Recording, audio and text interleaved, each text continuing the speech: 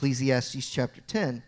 It says, curse not the king, no, not in thy thought, and curse not the rich in thy bedchamber. For a bird of the air shall carry the voice, and that which hath wings shall tell the matter.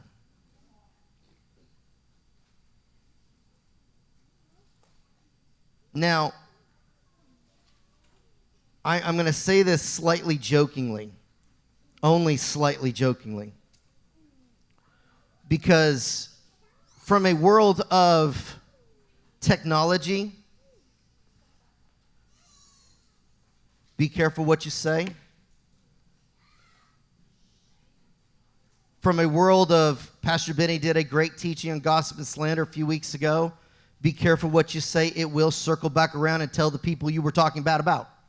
It happens all the time. And no matter how small you think that stayed compacted, it's going to make its way back around. You know, we talk about the power of your words and that boomerang that just goes. Eventually, it's going to circle back around to the person who threw it out there. And so that curse not means not to make trifle, not to belittle, not to bring contempt or dishonor to the king. It's not our place to talk bad about our leadership. Local level, about us as pastors, our local government, state government, national government. That's not our job. Nowhere in Scripture could I locate to where it was our responsibility. Now, granted, prophets are a completely different ballgame. We're going to put them over here for right now. For us, though, unless that's your office, it ain't our job. Psalms chapter 70, blah, blah, blah.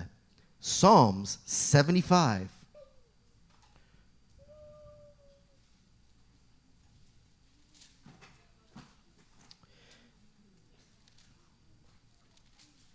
Let me get to Psalm 75. Unto thee, O God, do we give thanks.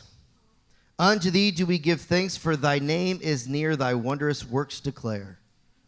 This morning was all about praising what God's works were, talking about his blessings, talking about the awesomeness of who he is. When I shall receive the congregation, I will judge uprightly.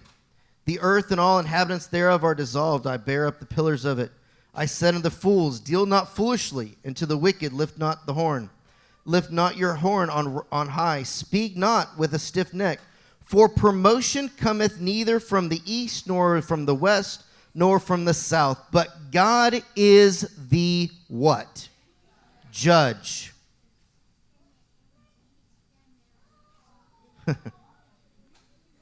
For God is the judge. He putteth down one and set up another. See, we've always been taught, Pastor Henry always taught, from day one I can remember, is God who sets up leadership and who sets down. Not us. Scripture says it is God who judges leadership. At some point, every person who has ever stepped foot in a leadership role, whether or not it's as a pastor, we understand our place. We understand that at some point, everything, every word and deed that comes out of our mouth will be judged on whether or not we led someone astray, we did what we were supposed to do or didn't do what we were supposed to do. And as a reminder, every single person put in leadership in the state, local, or national level will be judged for their actions, good or bad, at some point in their future. Not our position to judge. That's already been set. Whether you agree with them or not.